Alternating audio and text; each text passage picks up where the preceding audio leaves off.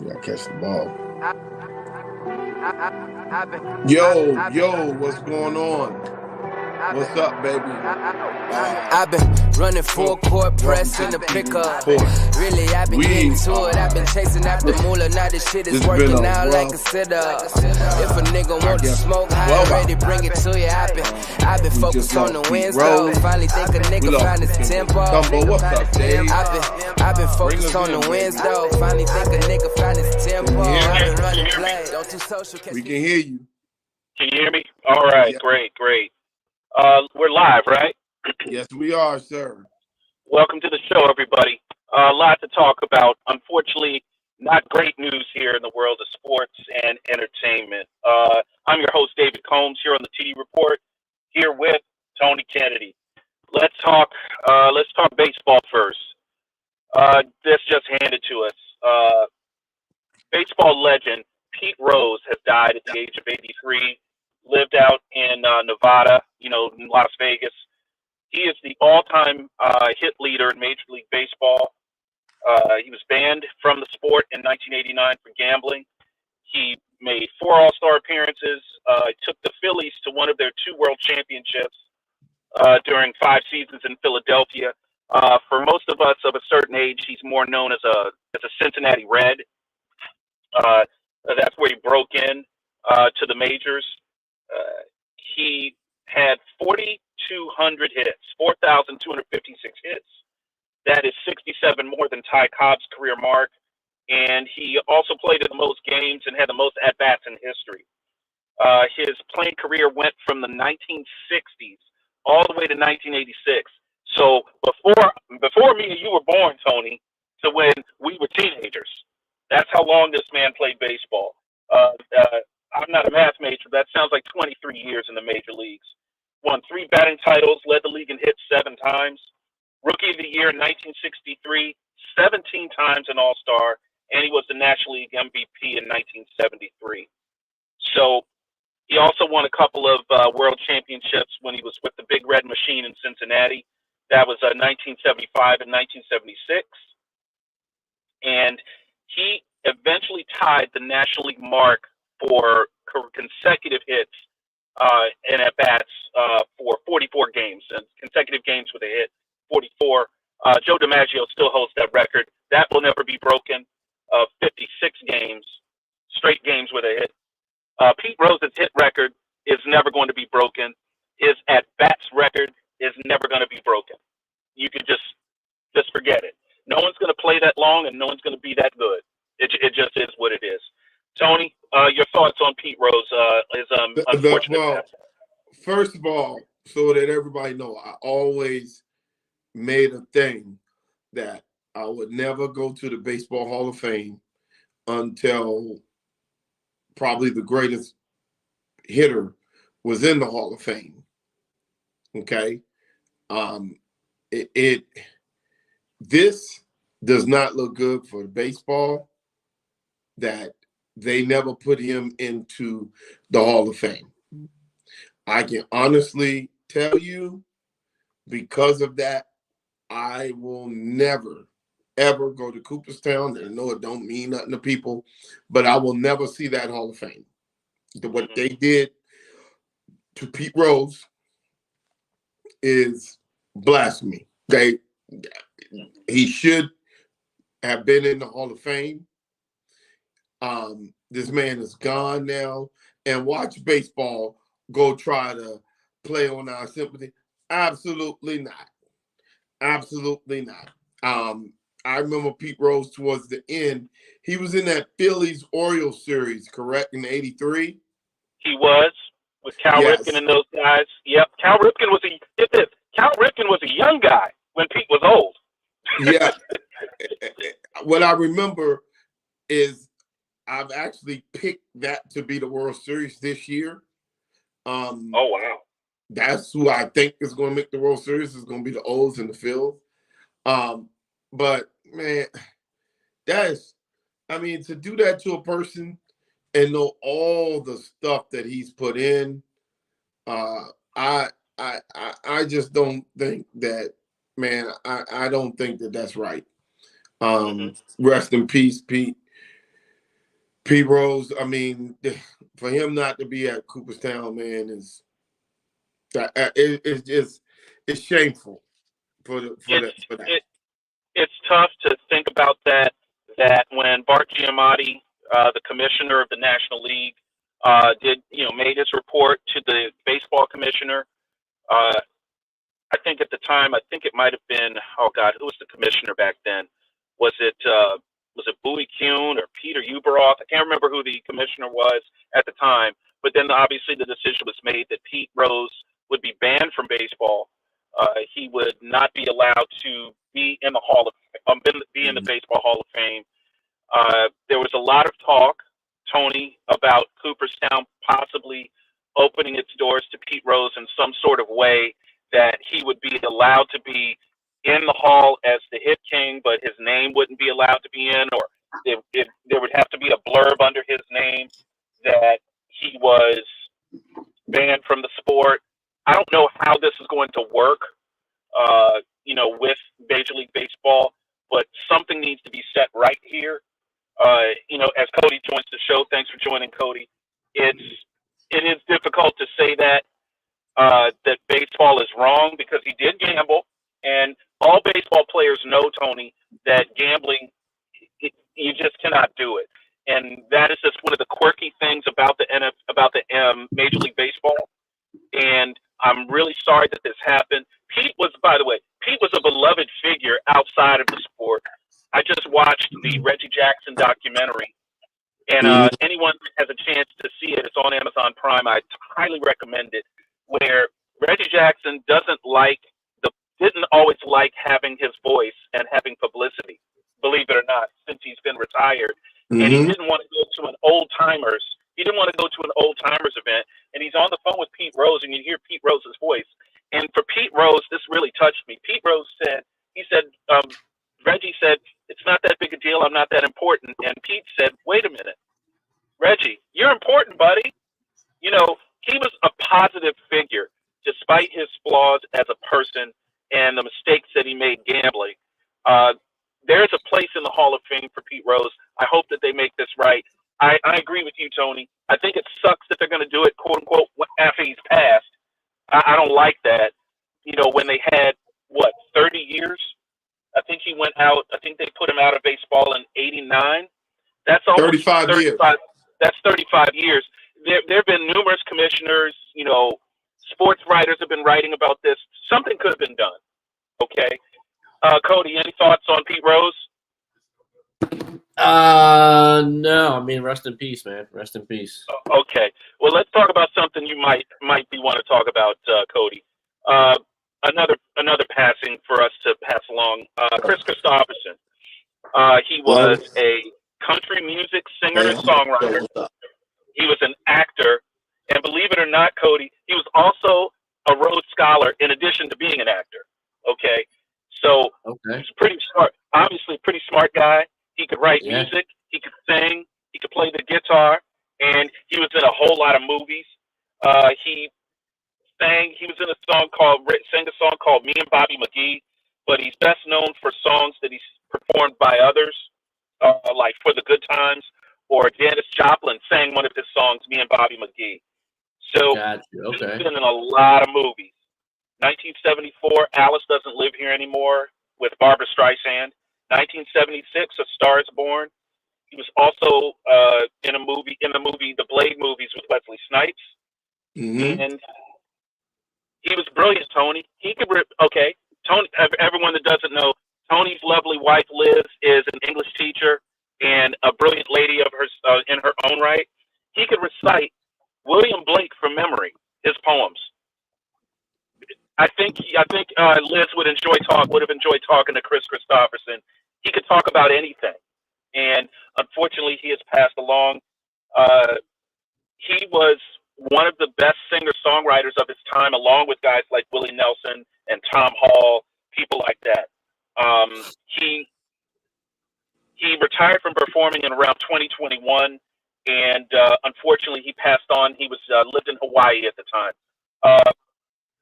Cody, you're a filmmaker. What do you think about a guy that can play guitar, country music, and a Rhodes Scholar? Pretty impressive, huh? Yeah, I mean they can do it all. It sounds like you're built for success at that point. He's an amazing talent, and obviously, what was that movie that he did, Tony, about football? Was it Semi-Tough? Mm-hmm. That was one of his, right? Or North Dallas 40, or it's North Dallas 40. Right, where he played a football player, and it was believable. He looked like he's a big guy. He looked like he could play football. What's the name of this guy again? Kris Kristofferson.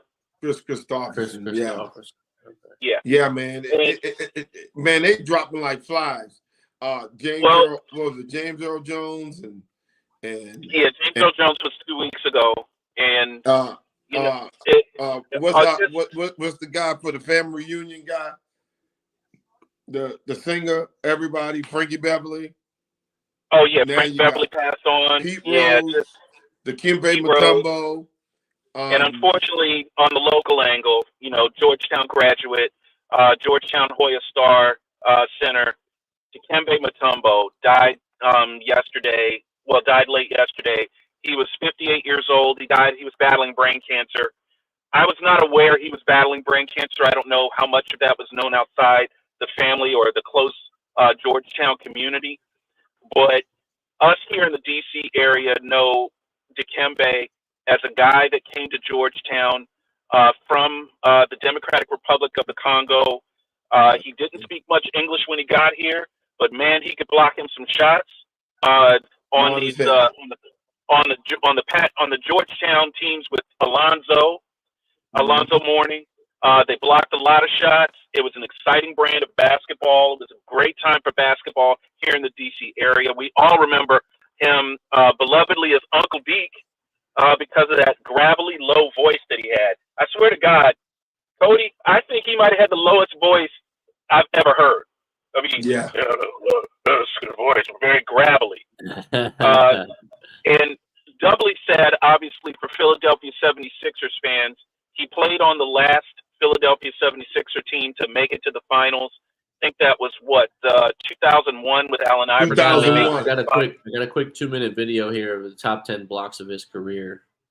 Oh, thank you. Let's put that on. Go ahead, Cody. Let's do it. Pull that up. Let's do it. Yep.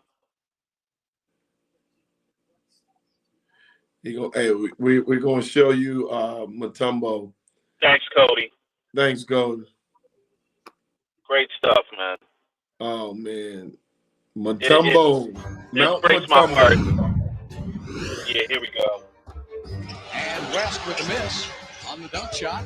Akbar slashes in, and Mutombo. David West. No.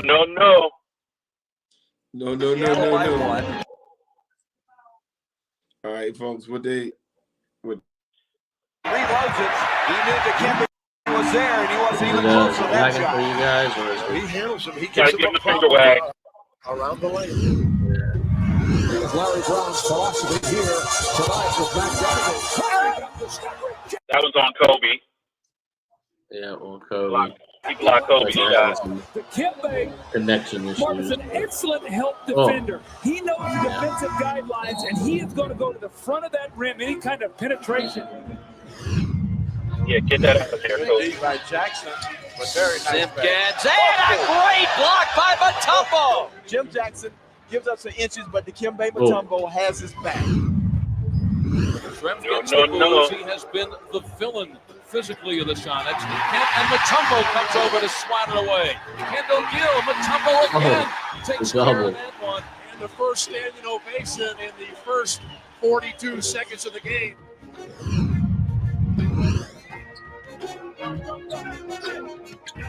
Pulled by Hill. Mutombo. There's a little finger wave to the crowd. Yeah, he got Grant Hill on that one. The NBA. And the finish. I think Mutombo just woke up.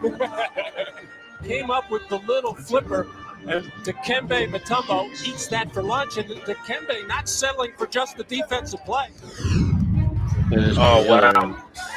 There was Brian Williams in there. Rest in peace to him. Remember Brian Williams from Maryland? Pass to Swift. His shot was blocked by Mutombo. The fans want a goal then. Blocked again by Mutombo. And the Rockets come up with it with 14 seconds left. Get out of there. Dikembe Mutombo has 4 blocks in the game.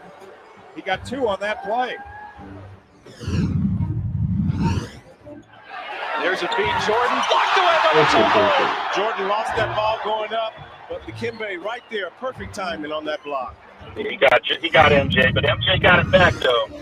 MJ running hook, blocked by Mutombo. Mourning, blocked by Dikembe again. That's the old Dikembe from 10 years ago. There you go. Hoya paranoia. Williams in the penetration, and it's knocked away by Mutombo, but into the hands of Peterson, and Antonio Davis off the rim. Wow. Thanks for that. You know, that's pretty good, Cody. You know, in addition to being a heck of a basketball player, and by the way, we would be remiss not to mention he is an NBA Hall of Famer, second all time in blocks. It's going to be a while before somebody blocks more shots than him to get to number 2. But you know, hey, more power to these young fellas. Who's number 1, Dave? Who's number 1? I'm going to guess Mark Eaton. Could be Mark Eaton. I'm going to guess Mark Eaton. Leading in rebound? I mean, in blocks? Mark Eaton. I'm going to guess Mark Eaton of the Utah Jazz. Yeah, I'll pull it up. Yeah. Yeah, it will probably be Mark Eaton. It is Hakeem Olajuwon. Hakeem Olajuwon. Hakeem got it? Okay. Then Dikembe. Then Kareem Abdul is 3. That's what I thought, Kareem. Mark Eaton is 4. Then Tim Duncan is 5. Wow. Yeah. Duncan made nobody. Then you got David Roberts. Then you got David Robinson, Patrick Ewing, Shaquille, Trey Rollins, and Robert Parrish. That's your top 10. Yeah, Trey Rollins, Robert Parrish. Yeah. Wow. I mean, I don't think anybody on here is still playing, and this is the top 25. No. And the way that the game is played now, you know, you're not gonna have nobody on there. They shoot the ball a lot more. I mean, you got Dwight Howard. Dwight Howard's probably the youngest one on here for real. That's the most. Yeah, he's 13th overall. He's 13th overall. That's honestly okay. I'm going to take a tangent here. He's 13th overall in blocks. How is Dwight Howard not one of the NBA's top 50 of all time? Not top 75. He didn't make it. Really? I don't get that. No, he did not. 13th overall ever in blocks. I mean, he's. Hey, Dave. Yes, sir.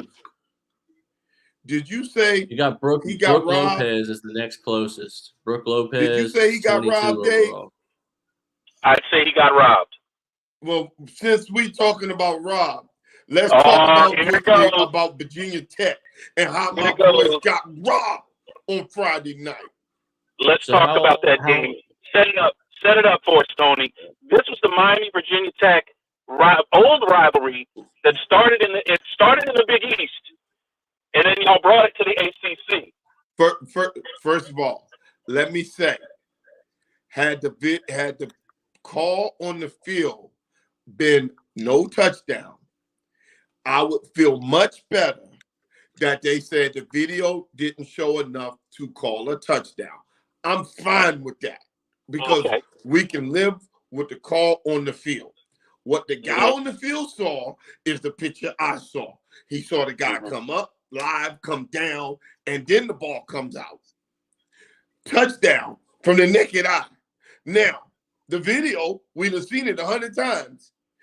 It didn't go one way or another. So when it's like that, you got to go with the call that's made on the field.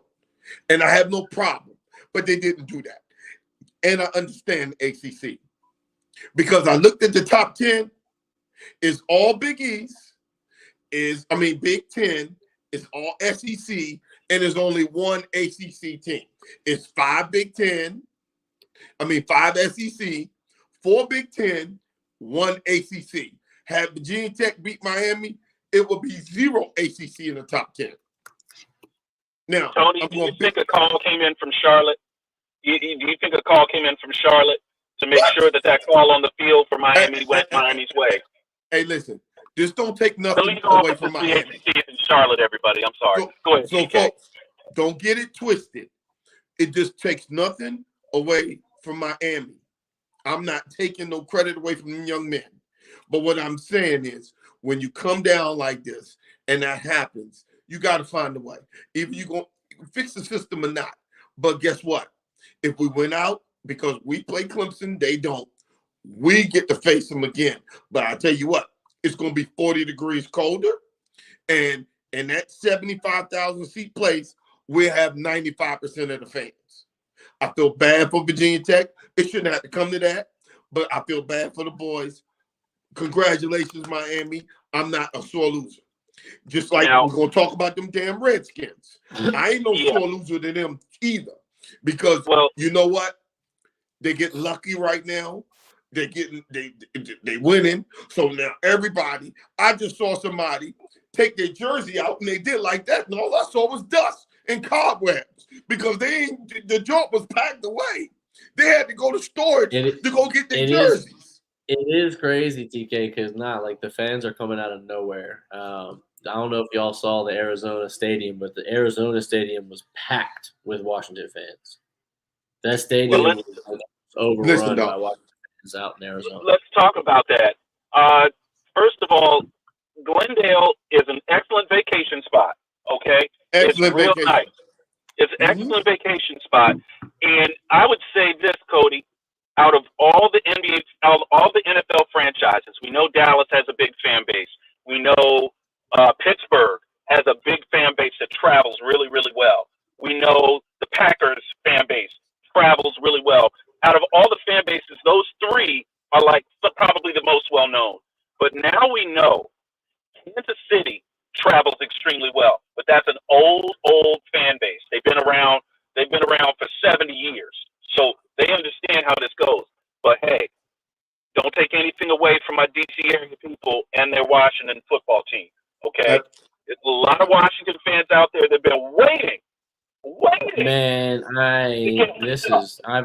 this is what it feels like. This is what it feels like to have a franchise quarterback. Wait, Cody, don't you try it. Y'all had RG3 in 2012. You did. Yeah, but this franchise did not have RG3 in 2012. That was previous ownership. That was a whole other debacle that we don't even want to discuss. That we've discussed multiple times. We moved. This is a new book. This is a new book. It's a whole new book. Hey, listen, man. I'm not mad at y'all because the y'all supposed to never had RG3. You're supposed to be excited when the girlfriend show up that you've been talking to on the phone all this time and you ain't had a chance to hit. I ain't mad at you now that you get a chance to see her, take her out, do a movie, eat, and it's real. And you're just not Facebook buddies no more. I understand your feeling. But what I am telling you guys, this is the last day of September.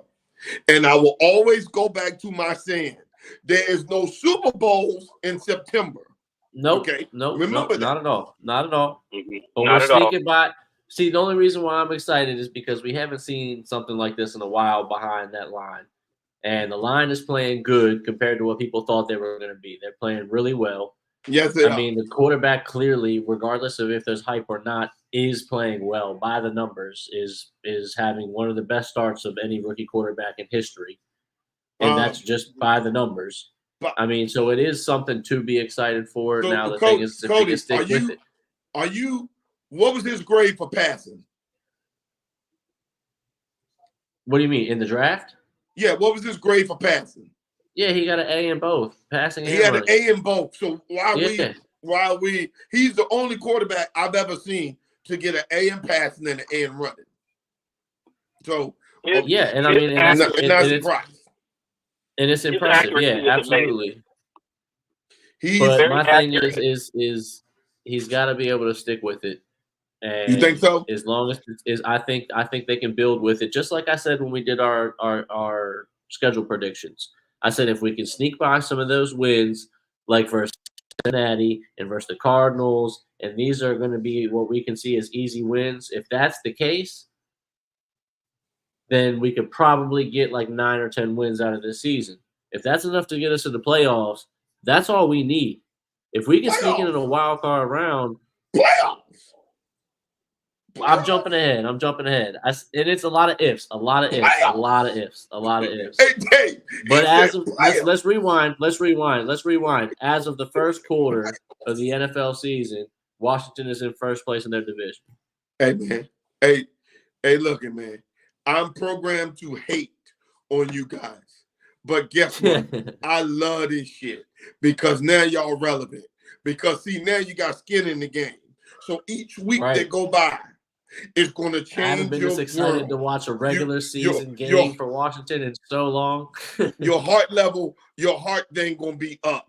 You're going to change the way you eat, which socks you put on, where you drive day, how you talk to somebody.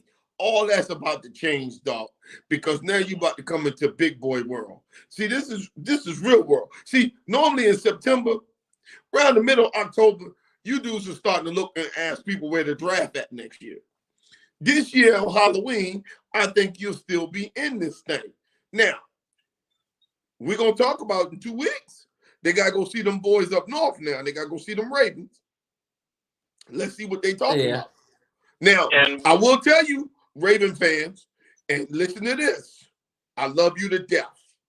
But every 12 years, the Redskins beat the Ravens, and then the Ravens win the Super Bowl. It happened in 2000. It happened in 2012. And you can do the math. It is now 2024.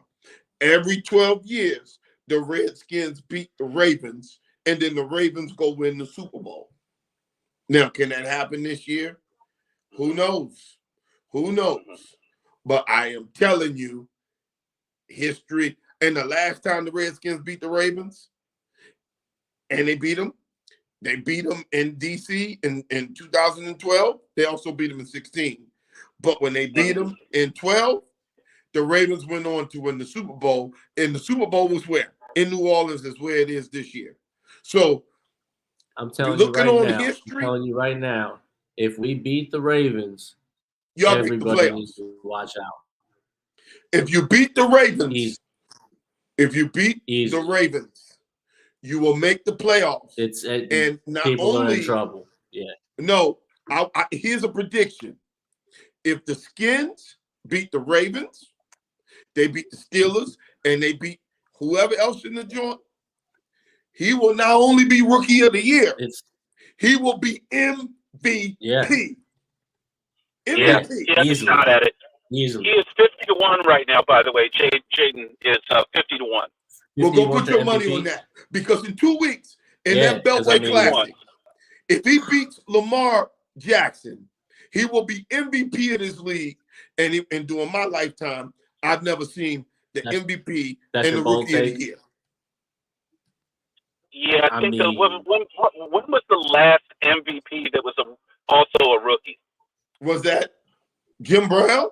Let me see. Let me look it up. Was it Jim Brown? Hold on. I think it was Jim Brown. Dan Marino? I'm pulling it up right now. No, Dan Marino was second year. It was Jim Brown in 1957. I mean, come on, man. That's great. This is my shit. Oh, no. Man, I got to be arguing with y'all fools over no damn football. Hold on. This is my shit. It ain't happened in my lifetime because everybody else to come out. Yeah, I don't think so. No, the closest I had was Dan Marino. He's the only one. He's the only one. Is Jim Brown is he's the only one to do it because football is not 1957. No pansy ass fucking sport where you just go out and go run around in your skimpies. You got to be able to be a man. And the only man like that would have been Jim Brown. It'd have been Walter Payton, or it'd have been like Lawrence Taylor or somebody like that. And the rest of these got too much B in them. Jim Brown. Yeah. Could possibly be Jaden Daniels as well. Well, there's also talk about that. Dave, he has to beat the living shit out of the Cowboys. Now, if he beats America's team like they beat Arizona and he beats Lamar, oh, dude, he got MVP. And the Ravens. Who? Yeah. I mean, he got beat Lamar. Yeah. I mean, I would say this. I'm looking at the schedule. If he beats the Cowboys like he just beat Arizona and then goes around and beats Lamar, and then beats Lamar. Yeah. Let's see what the commissioner does with this one. The Ravens have their limit. Ravens have their limit of TV games. That happens because that's going to be a playoff team easily. Playoff is no thing, Cody. You're gonna have to start talking the S word then that you never talk about. Yeah, so, I would say this. I think that the Commanders, they have to be in a Super Bowl window now. At this point, their quarterback room is not that expensive, comparatively speaking, to what they should be paying. And if you are going to build a team, the easiest way to do it is before you have paid. Before you take that quarterback. Not yet. No. Well, you're right, Dave. Hold on, let me finish. Guys, let me finish. You don't have to pay the quarterback yet, so don't. You don't have to. Get everything else stored up on your team. Get a Super Bowl or get to the point where you're at the NFC Championship level. Yeah, but if you win the Super Bowl, that's great. But the cap space you are not going to win they're never going to win a Super Bowl. You won't win a Super Bowl if you're paying Jaden $50 million, $60 million.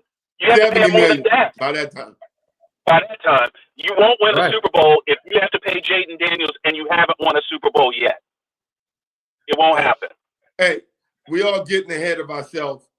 And Cody, listen, dog, you earned this because since this show's been on, when we started the show, y'all were 7-9 and y'all won the division that raggedy year. But y'all been terrible since then. So, dude, I tell you, you earn this. You earn it. You earn it. You run with it. You got a good team, and y'all deserve all the credit that you get. No, I mean, absolutely. The goal is to fill around him while he's cheap, but yeah. Hey, listen, man. Can you go get Amari Cooper? Can you go get Adams from the Raiders? That will change that will change that dude, because right now, I think your quarterback will be the best quarterback in the league by the year 2026. I think he'd be the best in the league. I just think by what the talent that he has around him. But the problem is he's going to lose Cliff Kingsbury. Yeah. No, I'm excited. He's going to lose. So, Dave, that's the problem, Dave. He's going to lose him. So, yeah. Well, we'll see what happens. I think there's still a few holes on the roster. I don't think they need him. Need who? A wide receiver. How about a cover corner? I don't think they need him, man. Noah Brown, Luke McCaffrey. Yeah, but when you start getting to the big games, you're going to need. Listen, I told everybody. They said, "Well, Buffalo don't need this." Yeah, they don't need a receiver right now. Listen, when you get to the big games, and if they not unless they pay that, man, and double everyone, you need a guy who can blow the doors off to open it up for everyone else, or else they can just guard you all kinds of ways. Ask Dallas; they haven't had a number 2 receiver. Ask them the problems that they have. But you need. I don't unless you use your tight ends, which you got 2 good tight ends, the young dude and Ertz. So you could use the tight ends to buffer around what you have, kind of like the Ravens do with what they're doing. Yes, but you don't want to put that much pressure on that young dude. If he got talent around him, that dude right there is almost unstoppable. That is probably one of the best young quarterbacks I've ever seen in my life. And that goes back to Andrew Luck. That's impressive. Yeah. I mean, I have to give them credit. They got the guy. And the messed up thing is Chicago's probably kicking themselves because they thought they should have maybe got him. So who knows? I wouldn't say that. I would say Chicago is going to be satisfied with, they're going to be satisfied with Caleb. But I think the fans are the ones that are getting on the Bears right now. The Bears need to take care of what they can take care of in their locker room and on the field, and then let the media do and the fans do what it do. That would be my advice. As far as Washington is concerned, great job by the Washington front office, great job by the coaching staff, and let's give some flowers out to some people that aren't going to be talked about right now. Let's not forget where Jayden Daniels started out. He started out at Arizona State, and that coaching staff there, which is now gone, obviously, did a great job with him. And then, Brian Kelly over at LSU, him and his offensive staff did a great job with Jayden as well, and allowed him and helped him get to this point. Herman Edwards was the head coach at Arizona State. He recruited Jayden Daniels to come to Arizona State. He played there with Brandon Ayuk. Things didn't work out, but things didn't work out for Herman Edwards as a coach. But I'll tell you what, he recruited those two right. He sure did. Got that right. Those guys are pros. Hey, man, we're talking about a Heisman Trophy winner, right? So, hey, absolutely. TK, I got to run, but we got to say the rest in pieces one more time. Rest in peace to Pete Rose. Rest in peace, Chris Christopherson. Rest in peace, our guy, Uncle Deke, Dikembe Mutombo. All right? Appreciate you guys. We will be back on Thursday, dog, and enjoy the Monday night games tonight. To get you ready. And check out Detroit Lions uniforms, folks. They're outstanding. All right, folks. Yes, sir. See you. All right. See y'all Thursday. Thanks, everybody. Don't do social, catch me flexing out in traffic, nigga. Keep it simple, no designer. Still I major. R. Kelly niggas only doing minor. Born in Carolina. Coldest nigga next to JCOLE. Reminder, I've been focused on the wins, though. Walkie talkie, well connected tenfold. Got these niggas fishing like they Jimbo. Show up in the trench coat. Got it out the trenches. If you started, I'ma finish.